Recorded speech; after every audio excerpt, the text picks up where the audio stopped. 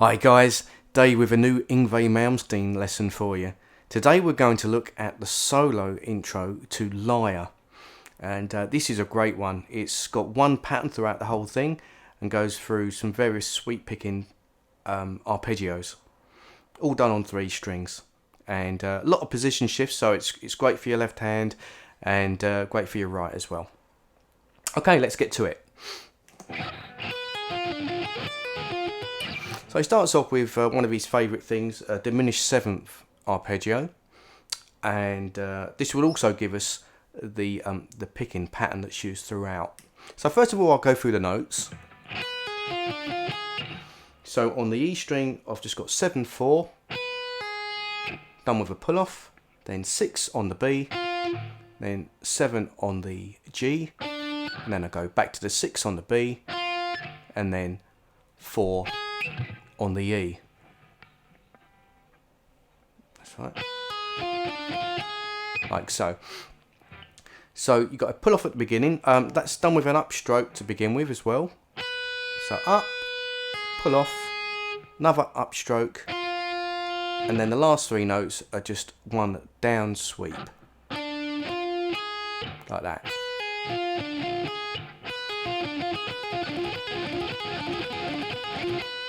And it's well worth just kind of practicing that pattern just on one arpeggio to begin with, just to kind of get the right hand used to that little sequence.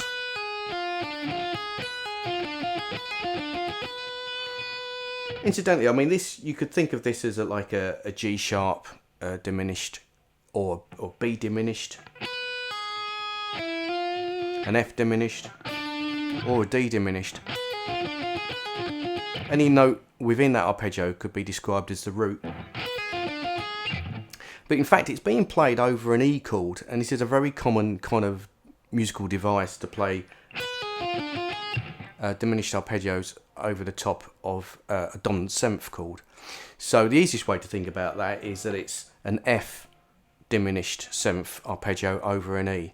So you can think of just playing up a half step from whatever chord it is, and that will give you the right kind of diminished arpeggio to play over the top of. Hope that makes sense. Basically, you end up with the sound of an E7 flat 9.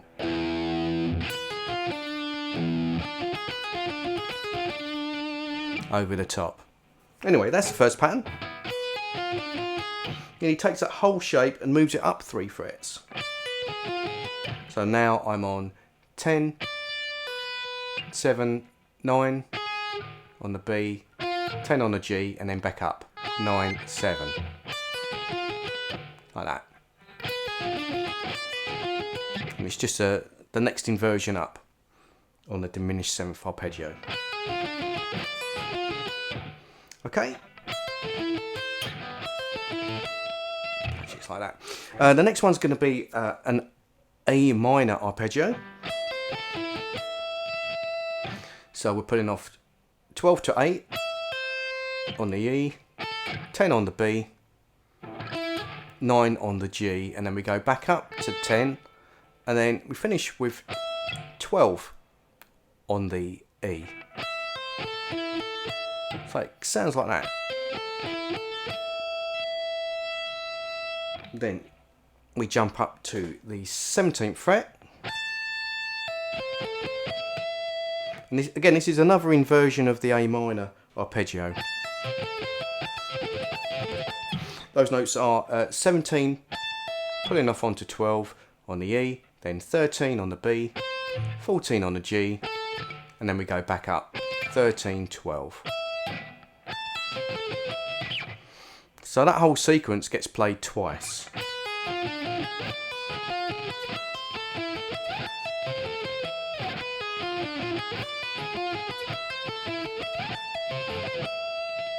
So lots of jumping around with the left hand now.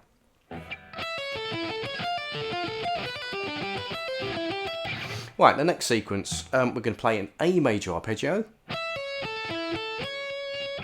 So this time we're pulling off from 12 to 9 on the E, 10 on the B, 9 on the G, and then back up, 10 and 9. That gives us an A major. I'm going to do a D minor arpeggio.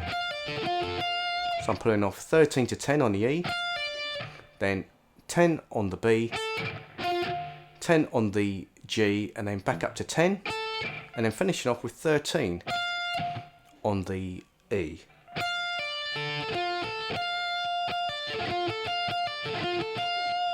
One thing you have to get used to in this next section is that you have to kind of do a lot of rolling of the index finger to play these arpeggios and to keep those notes separate as you're sweeping.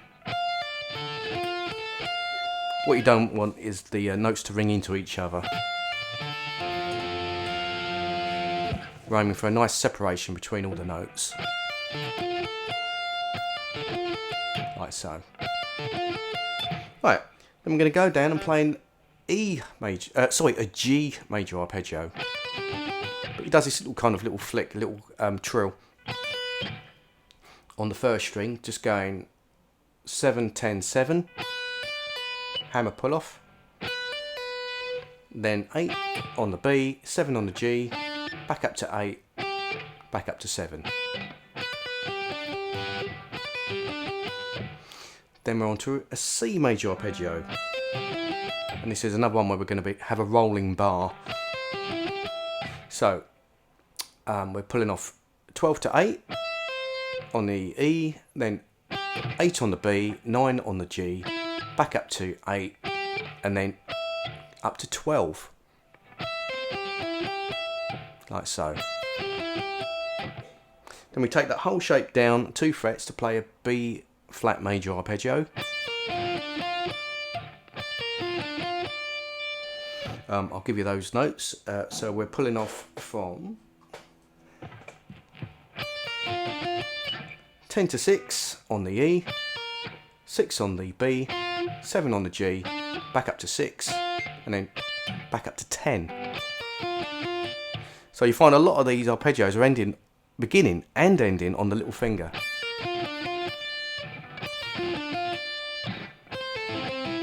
The next one is A minor. Same shape we used for the D minor. So we're going to again have a rolling bar. So pull off 8 to 5 on the E, then 5 on the B, 5 on the G, and then back up to 5 on the B, finishing on 8 on the E. Like that. And then we get this little trill idea again that we had with the G major. This time we're doing it over an E major. So I'm hammering and pulling off 4, 7, 4 on the E, then 5 on the B, 4 on the G, back up to 5 on the B, back up to 4, and then to finish off, I'm going to play the 5th fret on the E, and that finishes off the whole sequence. There you go.